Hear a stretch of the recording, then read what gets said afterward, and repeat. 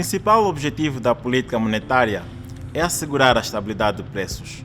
Para o efeito, o Banco Central deve ter a capacidade de controlar a quantidade de moeda na economia adequada à atividade econômica.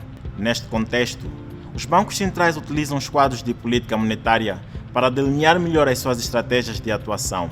Os quadros de política monetária visam especificar o regime sob o qual a política monetária é orientada, o que determina a estratégia de política a ser usada, a âncora nominal ou a meta intermédia, as metas operacionais, os instrumentos e procedimentos do Banco Central com vista ao alcance de seus objetivos de política monetária. Dentre os quadros de política monetária, destacam-se três, nomeadamente o regime de metas monetárias, o regime de metas cambiais e o regime de metas de inflação.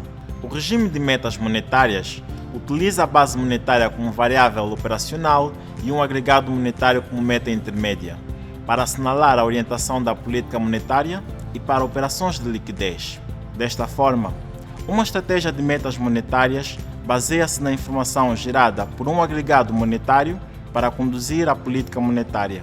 Em regra, neste regime, anunciam-se metas de algum agregado monetário para guiar as expectativas de inflação do público e para assegurar que não haja desvios grandes e sistemáticos do agregado monetário em relação à meta.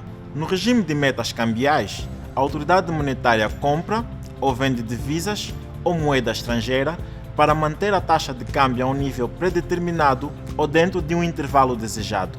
A taxa de câmbio serve assim como âncora nominal e meta intermédia da política monetária.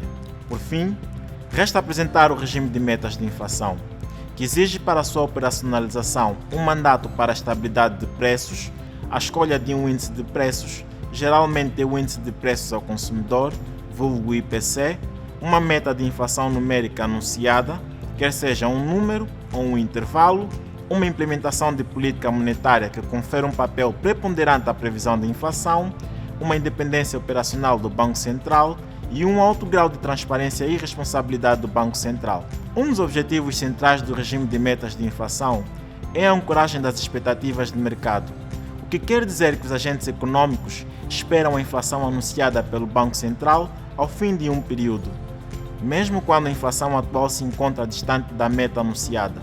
O Banco Central, neste regime, não visa a inflação contemporânea ou atual, mas a inflação de médio e longo prazo. Mas afinal, qual é o regime monetário em Angola? Como é implementada a política monetária no país? Este tema será discutido no próximo vídeo. Banco Nacional de Angola. Gerar valor para a sociedade.